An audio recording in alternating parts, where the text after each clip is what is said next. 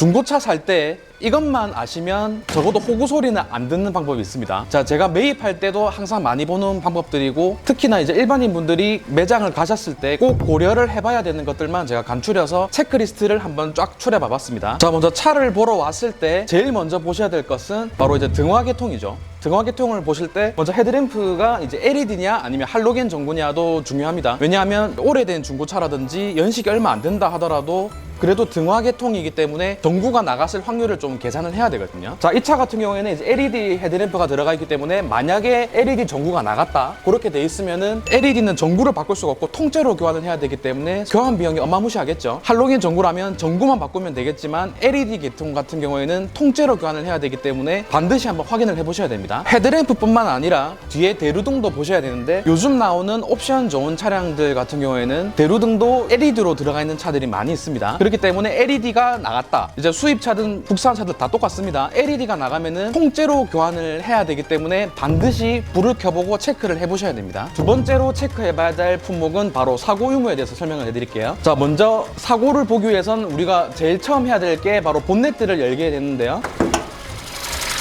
자, 대부분 차를 사러 오시는 분들은 본넷만 열고 90% 이상은 뭘 해야 될지 모릅니다. 그래서 본네트를 열었을 때 물론 성능 기록부라든지 사고에 대해서 고지가 되어 있겠지만 그래도 이렇게 볼트라든지 이런 걸 다 확인을 해보셔야 되거든요. 보통 이제 볼트가 안 풀어져 있는 흔적이 있으면 이제 교환을 안 했다고 저희가 추정을 할 수가 있고요. 볼트가 만약에 풀어져 있다 하더라도 단순히 도색이라든지 뭐 기타 이유로 볼트를 풀었을 수도 있습니다. 만약에 그렇다 하면은 여러 가지 또 사고를 보는 방법들이 많지만 대부분 다 볼트로 이제 판단을 하시면 아주 간단하실 겁니다. 만약에 볼트가 풀어져 있고 앞쪽 양핸다도 다 풀려져 있다 그러면은 앞 삼박이라고 표현할 수가 있는데, 그렇게 되면은 이제 차에서 제일 중요한 뼈대 사고도 반드시 고려를 해봐야 됩니다. 자, 그리고 사고 보실 때 가장 중요한 뼈대에 대해서도 제가 간단하게 좀 설명을 해드릴게요. 자, 뼈대 했을 때 가장 치명적인 게 어떤 것이 있을까요? 프론트 패널 아닐까요? 그렇죠. 보통 프론트 패널을 많이 걱정을 하시는데 그것보다 더 중요하게 보셔야 되는 게 인사이드 패널이랑 휠하우스를 가장 중요하게 보셔야 됩니다. 왜냐하면 휠하우스라든지 인사이드 패널은 사람으로 치면 갈비뼈가 나간 거기 때문에 갈비뼈가 나면 숨을 쉬기가 힘들지 않습니까? 그만큼 치명적인 사고가 있었다는 뜻이기 때문에 앞쪽 교환이 있다면 반드시 확인을 해보셔야 돼요. 자, 보시게 되면은 자, 이쪽 부분이 이제 휠하우스를 담당하는 그런 뼈대 부분이죠. 기본적으로 신차 출고 당시 조립할 때 이렇게 스팟 자국을 다 만들어 놓거든요. 와, 이런 것도 있구나. 아, 모르셨죠? 아, 진짜 몰랐네. 맞아요. 일단 스팟 자국이 있고 마감재가 조금 더 깔끔하게 이렇게 마감이 다 되어 있습니다. 정비하시는 분들이 직접 하실 수도 있는 거예요? 이거는 사실 뭐 깔끔하게 수리를 한다 해서 불법은 아닙니다. 우리가 알아채지 못하도록 수리를 하더라도 불법까지는 아니에요. 하지만 이렇게 순정 상태의 스팟 자국과 완벽하게 실리콘 처리까지는 안 하기 때문에 딱 보면 티가 납니다. 뭐 예를 들어서 이렇게 스팟 자국이 규칙적으로 나 있지 않다거나 조금 봤을 때 상당히 어색한 부분이 분명히 있을 겁니다. 그렇다면은 휠하우스 사고를 의심을 해봐야 되고, 휠하우스 사고가 있으면 시운전했을 때 직진으로 똑바로 안 갈 확률도 있기 때문에 반드시 시운전을 해보셔야 됩니다. 그러면 송송송 이 구멍만 보면 되겠네요. 그렇죠. 송송송 이제 스팟 자국만 보시면은 한 7할 정도는 사고를 보실 줄 안다고 보시면 될 것 같습니다. 아, 꿀팁 감사합니다. 아, 그렇죠. 네.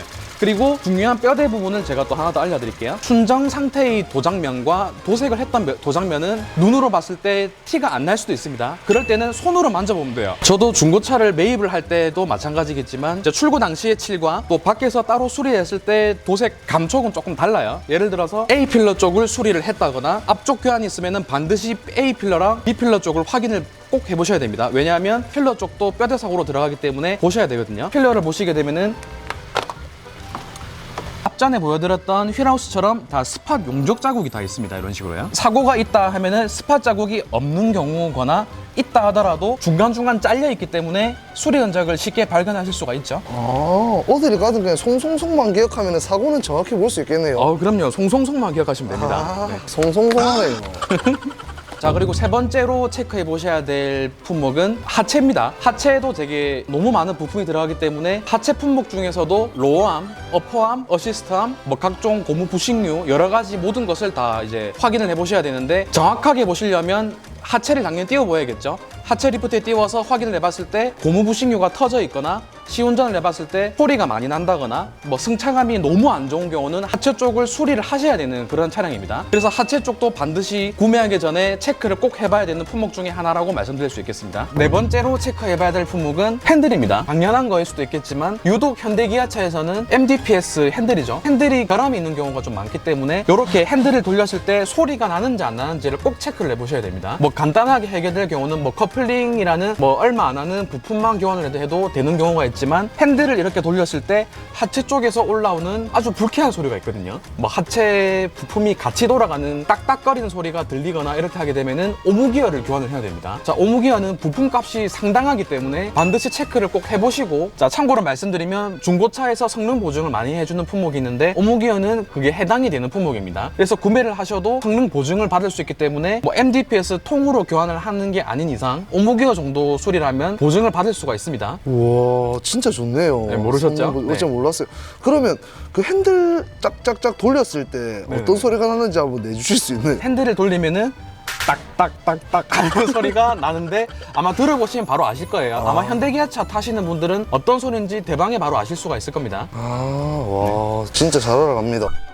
자, 중고차 살 때 또 시운전은 또 필히 해보셔야 되지 않습니까? 시운전을 할 때 좀 귀 기울여서 들어야 될 중요한 소리가 있습니다. 자, 운행을 할 때 갑자기 시냇물 소리가 들릴 수도 있거든요. 자, 시냇물 소리가 들린다면 아주 차에 안 좋은 겁니다. 치명적인 수리가 터졌다는 증거겠죠. 시냇물 소리가 들리게 되면은 가장 크게 의심을 해봐야 될 게 냉각수가 터졌을 확률이 좀 큽니다. 물론 이제 제가 타면서 많이 느껴봤고 매입하면서도 많이 느껴봤지만 가장 확률이 높은 고장이기 때문에 항상 체크를 해보셔야 되고요. 냉각수가 만약에 누유가 된다, 그렇게 하게 되면은 뭐 서머스탯 하우징이라든지 워터펌프 계열이라든지 어디서 새는지 모르기 때문에 제가 말씀드렸던 품목들은 다 부품값이 비싸거든요. 비싸기 때문에 소리가 난다 싶으면은 이 부분을 꼭 딜러분께 고지를 하고 수리를 받고 구매를 꼭 하셔야 됩니다. 자, 이렇게 하고 마무리하도록 하겠습니다. 잠시만요. 네. 앞쪽 사고는 보여주셨는데 뒤쪽에도 보여주셔야죠. 뒤쪽 사고도 마지막으로 한번 보여주세요. 예, 마지막으로 제가 알려드리고 마무리할게요. 네. 앞쪽 사고만큼 중요한 뒤쪽 사고도 이제 당연히 보실 줄 알아야겠죠. 뒤쪽 사고를 볼 때 판단할 수 있는 기준은 바로 트렁크를 먼저 보셔야 됩니다. 트렁크가 만약에 교환이 돼